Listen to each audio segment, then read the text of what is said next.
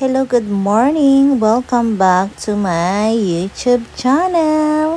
So for today's video, I'm gonna show you my a day in my life as a plain housewife and my bahay.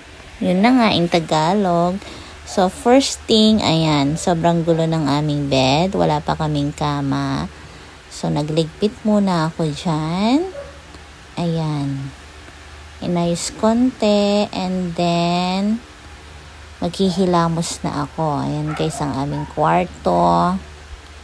After dyan, bumaba na ako para i-open ko yung aming door sa baba para pumasok yung hangin na sariwa. Syempre, pati na rin yung mga curtain para pumasok talaga yung hangin sa loob. Ayan. Itong aking breakfast. Ayan. Samahan natin ng isang ayan. 1 egg and 1 pancit canton. So, yun ngayon ang breakfast ko, guys. Then, mag-iinit tayo ng tubig. Oh, ayan. Tignan ko yan. Ayan. Pasensyahan nyo lang, guys. Hindi tayo mag-boiled ng water.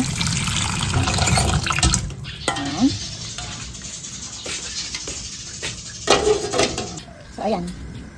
Pakuluin lang natin siya, guys. Ayan. So, takpan natin. Ayan. Habang tayo mag-init.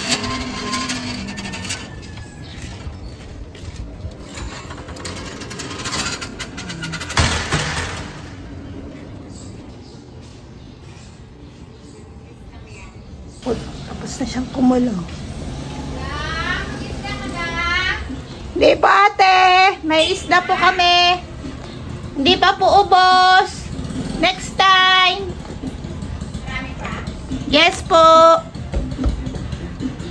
Ayan. Meron kasi nagtitinda ng isda sa labas.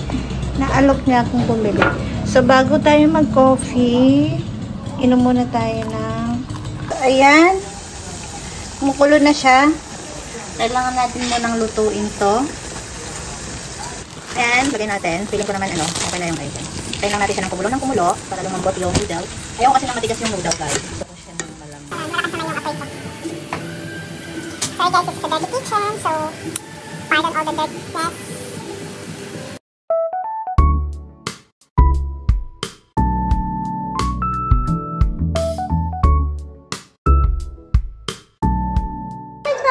Obviously, productivity is still a core purpose of learning to stand for fast-paced during calls or presentations, or, YouTube breaks.